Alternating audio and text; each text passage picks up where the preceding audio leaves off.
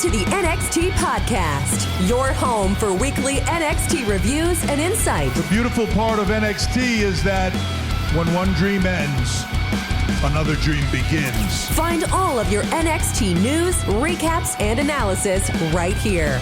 So with that being said, we only have one question for you. Are you ready? We thought so. Let's get the show started right now.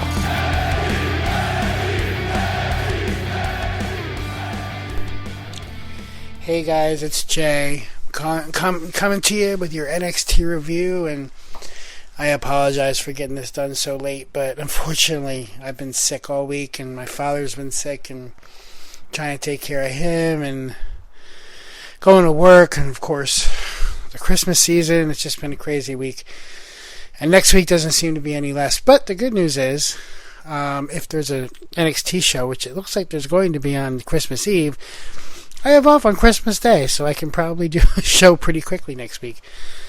But yeah, this is Jay again. I'm doing your NXT review. Again, I'm sorry for getting in so late. It's been just a whirlwind of a week.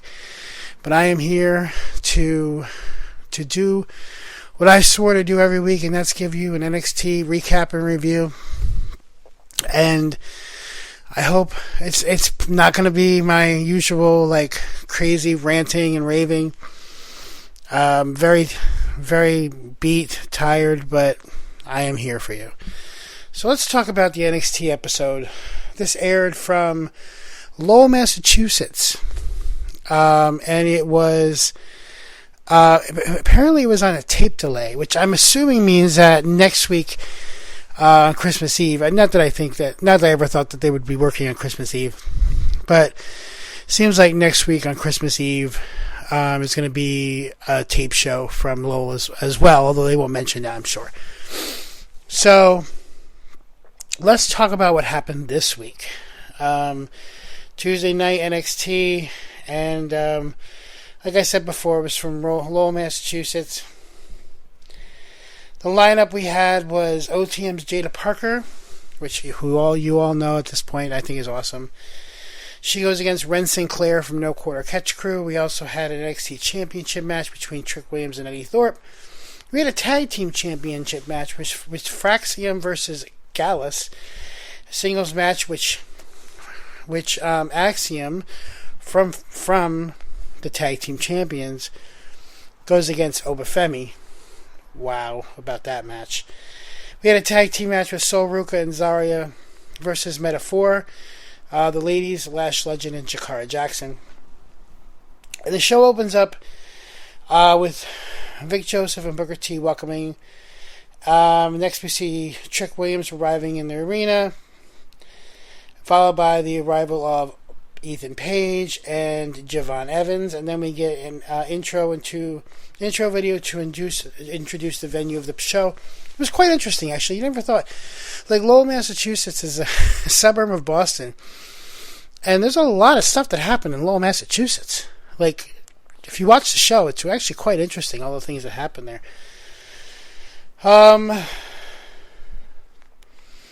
So this is the Lowell Auditorium in Lowell, Massachusetts. So then we get the entrances of the first match of the night, which we had, which was Axiom versus Obafemi. And again, Axiom pulling double duty tonight, but is it really double duty when one of the matches is against Obafemi? No. Axiom got destroyed. Some of them, like, I mean, if you, like, yes, okay. This match was a perfect example of, yeah, the quicker guy can get in moves and hits and hits and moves and hits and moves, but once he's caught by the big guy, forget it. And this is exactly what happened. This match was, listen, Axiom is great. He's a great competitor. He put on a heck of a show. But at the end of the day, we got Obafemi, catches him in midair, chucks him across the ring. I mean, and more so than most other people, because, you know, Axiom is 185 pounds. Just literally chucks him across the ring, hits him with the with the fall from grace, like a pop-up powerbomb, and Obafemi gets the win. And it's no surprise there. That was no surprise. Vic Joseph then plugs Obafemi going after the NXT title in Los Angeles on New Year's Evil, which is January 7th. And if that date sounds roughly familiar, it is the day after the first Raw on Netflix. So we have Raw on Netflix, which is basically a pay-per-view, or PLE. It's basically a PLE.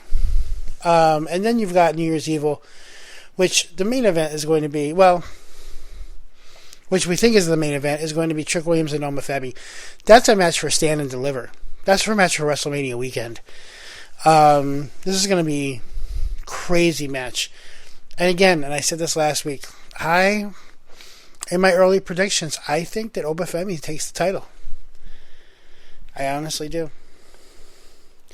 Then we head backstage and we got Sarah Schreiber interviewing Eddie Thorpe about his actions from last week. Thorpe brags about fooling everyone. And Thorpe said that if somebody else did it, they would be praised as a genius. But everyone calls him a cheater. And then Ava comes out and confronts and berates Eddie Thorpe about what he did last week and says she can't do anything due to the contract being signed. Thorpe then says Ava can call him whatever she wants, but after tonight she'll have to call him NXT champion. We'll get to that match later. So, then we have Sol, Ruka, and Zarya making their way down to the ring for their match tonight. But then we go to commercial.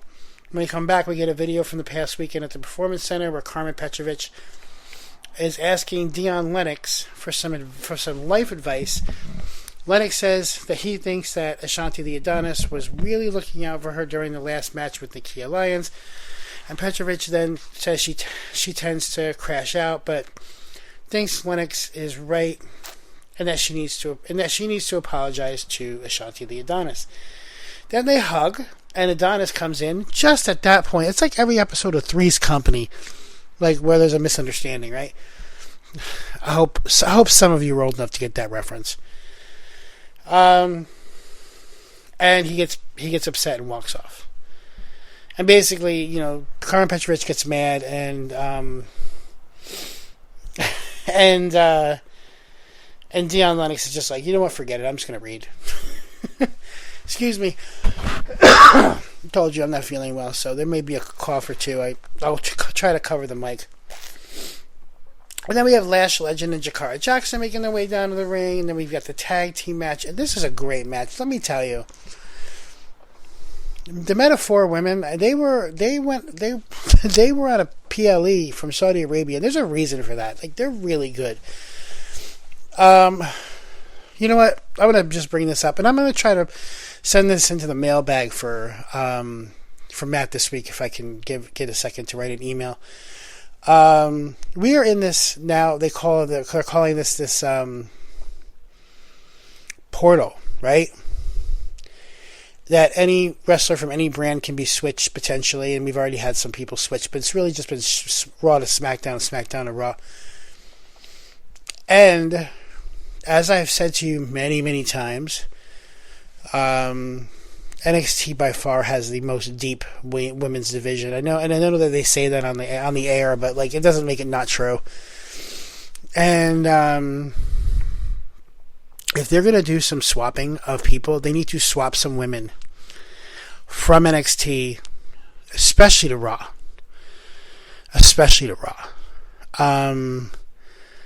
There is a very huge lack of competitors on Raw, like really, really true competitors. You got Liv, you got Rhea, you got Io. Then what? Where you have Julia and Stephanie and Zarya and Roxanne and Soruka and all these women down at NXT just sitting there when they could be on major exposure on Raw and or SmackDown. Please, if you're going to do this transfer portal, transfer some of the women from NXT to Raw. Please. Anyway, that was an aside. So we got the match, and again, Zarya and Haruka are just like kind of like the Felix and Oscar, again, older reference. The Odd Couple tag team, very different, but worked well together. A little off the same page, but that was kind of on purpose. And yeah, in the end, you got Zarya press slamming Jackson from the ring. Jackson was dominating Ruka, and then Jackson stretches Ruka, cutting her off from his partner. Ruka then starts to come back and nails Jackson with an Enzui Girl? Is that what it's called? Anyway, Jackson stops the tag. Ruka then hits a kick on Jackson and tags Zarya. Zarya then tosses Jackson for a near fall. And then Lash Legend then breaks up the pinfall. Legend and Jackson then get Zarya's attention. Legend tags in and gets hit with a suplex, and Ruka tags in and hits a springboard splash for a near fall. Zarya is then sent out of the ring, and Jackson knocks her out. Jackson then hits her finisher on Ruka for the win. So the winner of the match was the Metaphor Girls. And again, they're a great tag team. They're a great tag team. What are we doing with them? We're going to have them sit in NXT where there's no tag team title? Get them up to the main roster full time. There's tag team titles up there. Granted, right now they're kind of in limbo with the whole oh my god, I can't think. I'm sorry. I'm so sick. I can picture her. I know what she Bianca's tag team partner who got hurt. I cannot remember. Oh my god, I apologize. My point is that Lash Legend and Jakarta Jackson need to be on the main roster fighting for tag team championships. And to be honest, Lash Legend really could give Nia or Liv a run for their money as well. Then have the replay of last week's match where Tyreek and Tyson were looking dejected after their loss. And Tyson asked Tyreek why he was acting disrespectful. Tariq was fired up, and then Wesley shows up and says maybe DuPont needs to change the way he thinks. So that's Tyson, change the way he thinks. Lee then praises Tyreek for the way he was thinking and fist bumps him.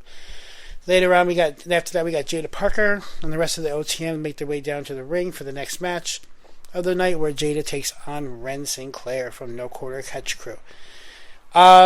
This match went the way it was. I'm actually, like, after the Iron Survivor Challenge, I am genuinely interested to see Ren Sinclair.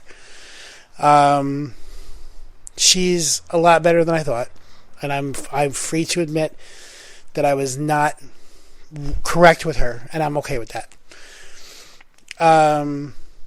Was she going to be Jada Parker? No, definitely not. But she gave her a heck of a match. And in the end, Jada Parker hit her finishing move, which is basically a drive-by hip bump, and gets the win. It was a good match. It was a really good match. This whole show was a solid show, but the individual matches were really good matches. So the winner of the match was Jada Parker. Then we have Shotzi, Gigi Dolan, and Tatum Paxley. They're chatting backstage, playing with dolls. They are talking about all being outcasts, and Paxley then talks about Shotzi and Gigi saving her last week and that she doesn't have to play by herself anymore. Dolan then says they have to take care of the Fatal Influence first, and Dolan then talks about how she knows JC Jane. She's at her best when people are flanking her. And if you don't remember, again, Gigi and JC Jane were women's tag team champions back when there was an NXT women's tag team champion, and now there's not anymore.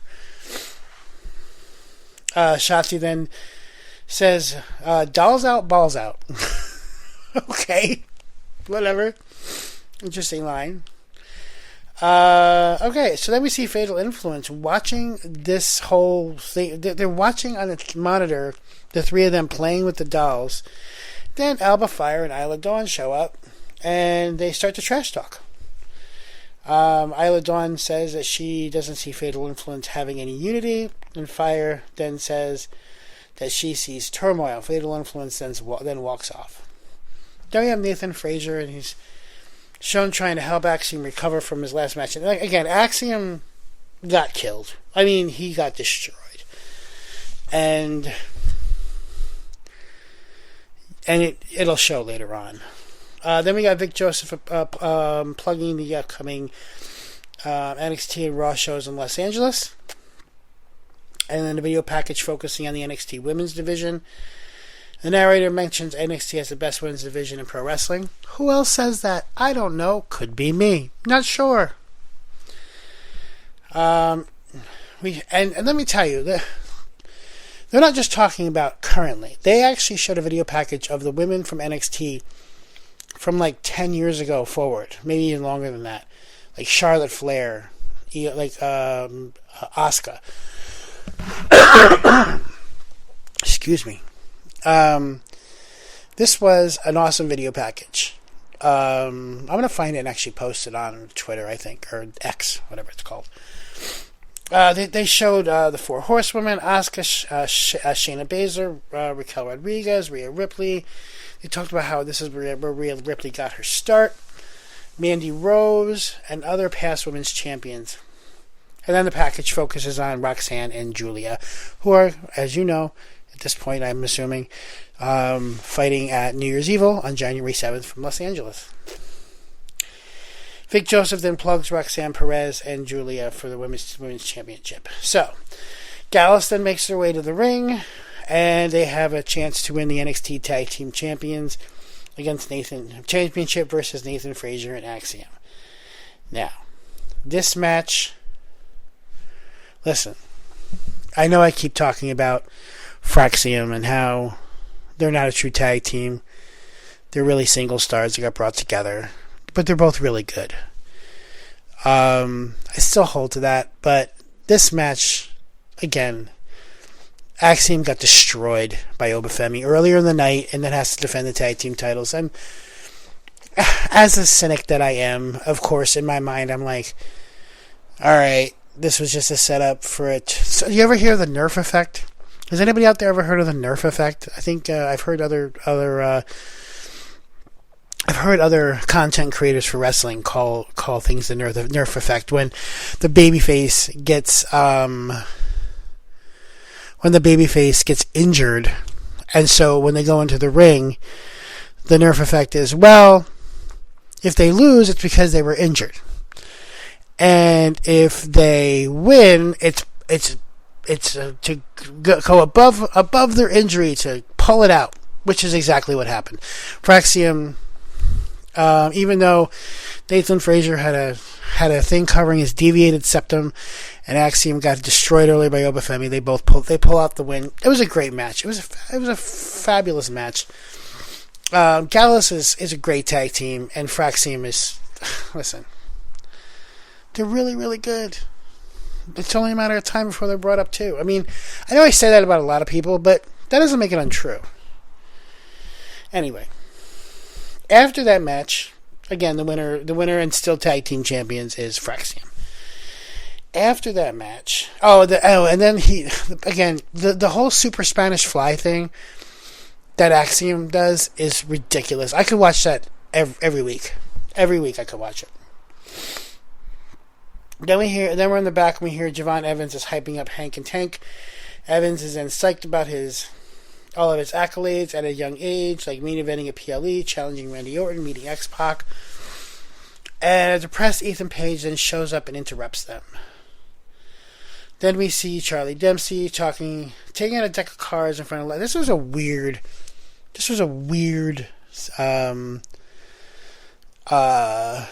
vignette, I guess.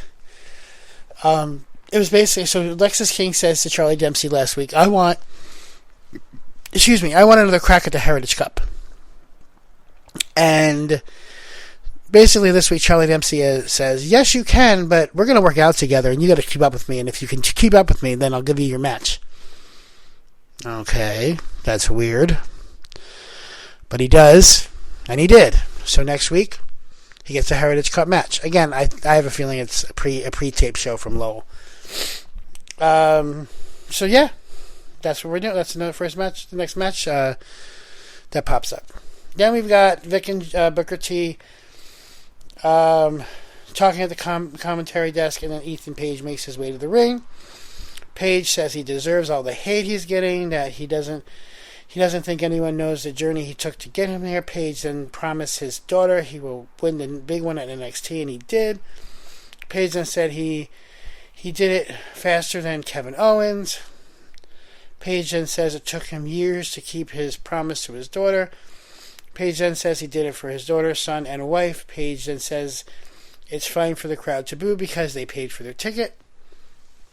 Page then says he will talk to his wife, Viviana, and that says without her, there is no Ethan Page. Respect. Okay? Respect. Page even points out that it's because of her that the crowd is having fun doing the what thing. Again, please retire the what. Moving on. Page says that's the problem, is when he loses, his family and all of his supporters lose, and then he says his daughter looks at his bag now and sees videos of his son crying because he can win, or he goes home and looks at his wife's eyes with disappointment. He says that it's all eating him alive, and he lost his smile. And if you know that line, that was the Shawn Michaels line when he had to go out for a while, that he lost his smile. So, I'm sure that'll come back around. Then Javon Evans comes out and Ethan Page. Javon Evans comes out and he talks about bragging about himself and says that Page came to NXT doing all that with a cocky ego, and that isn't the real Ethan. Evans says he saw the real Ethan Page at Heatwave. It's not what he did during the match, but after. Evans says that he looked at his family and told them, "I love you." Evans then says he was dead ass right now, and not everyone can do that. Evans says Page showed his family a proud dad smile and a proud husband smile, and the smile of a man who busted his butt for 18. He didn't say butt, for 18 long years to get where he's supposed to be. Evans then says that Page deserves to be there, and fans know he's supposed to be. Evans then says they want to see if the real Ethan Page, and he's proud of Ethan and proud of NXT is proud of Ethan. Everyone is proud of Ethan. Page then says Evan is right and clear. Page then says he shouldn't worry about losing his smile, but rather taking away Javon Evans' smile, and then bashes him in the face with the mic. Like, thank you for not taking away from us heel Ethan Page. And to be honest, he had me fooled. And heel Ethan Page going after the biggest up-and-coming star is amazing. It's amazing. He brings a chair into the ring. Ethan Page brings a chair into the ring, wraps a chair around the neck of Evans, and then yells, "You want the real me? This is the real me," and then leg drops the chair and over Javon's neck. And by the way, there was blood gushing out of his mouth, out of Javon Evans' mouth. Like, dripped all over the ring. It was a good segment. Really good segment. Of course, when we come back, we have a replay of what just happened, because that's what we do. And he thinks even Javon may have lost some teeth, so that'll be interesting to see. I'm such a sadistic bastard. Then we head to the back where Sarah Schreiber's interviewing Trick Williams, and he says he wished Evans well, and then he hypes up the title defense. Oba Femi then shows up and says he hopes Trick wins so he can take the title from him. Trick then says he's looking forward to defending his title. Then we have a subtitled Stephanie Vaquer promo. Yo, Stephanie's amazing. She's awesome. Listen, all the women that just came in recently this year from other promotions are badasses, but Stephanie to me is the one. I don't know why. I heard another content creator say that he wishes he could rewatch Stephanie Vaquer for the first time, and I'm glad I got to do that this year. She put in the hard work. She talks about Cora Jade and how she basically is going to kick Cora Jade's butt. Then Eddie Thorpe makes his way to the ring, followed by Trick Williams, and we have the NXT Championship match. Now, this was a good match. Eddie Thorpe, I don't really care for Eddie Thorpe, to be honest, but this was a decent match. But the interesting part of this match was the end, which was kind of confusing. So I watch NXT on the CW app for now. Once I got a VPN, so once excuse me. So once all of the shows are on Netflix outside of the United States. So just so you, for everybody in the United States, I know all of you outside of the United States, and I know there's a lot of you outside of the United States. You all know this already. People in the United States don't. In the United States, after January 6th, we're going to have Raw on Netflix, SmackDown on USA, and NXT on CW. But outside of the United States, so basically every other country in the world, essentially, all those 3 shows are going to be on Netflix. Now, if you want to watch those 3 shows on Netflix in the United States, you get yourself a VPN, which is what I've done. And that way, I can watch all 3 shows on Netflix. And I set my VPN to Canada. And in Canada, NXT, SmackDown, and Netflix are all on Netflix. So I can watch them whenever I want. Right? Smart move. And by the way, no commercials. Because the Netflix plan out of Canada, I don't have commercials. So, I believe. I mean, I'm still getting used to this. Anyway, this is my idea. If it doesn't work out, listen, I pay $13 a month for the VPN. And by the way, all the PLEs are on Netflix as well. So I don't have to watch Peacock if I don't want to. And I can still go back and forth to the USA to see the shows on the USA on Netflix and then go to Canada. So it's a great all around system for me. I'm hoping it works out. I'll find out on January 6th and 7th. And I guess the 10th. But we shall see. So anyway, I say this because when I was watching the CW app, I was watching NXT on the CW app, the ending kind of got weird with, they have the pop-ups at the end, like Netflix, like YouTube videos. There's pop-ups at the end, like showing what else you can watch. It was hard to see what happened at the very end of the show, and this show ended as soon as the ending happened, the show ended. So what happened was Trick hits a Death Valley driver, and Eddie reverses a pop-up punch into an Impaler DDT, but took out the referee. Second referee comes in, makes his way out. Trick then rolls up Eddie for a 2 count. Eddie then has Trick within a few, hits Trick with a few kicks. Eddie then goes for a 3rd kick, but then gets hit with a Trick shot high knee.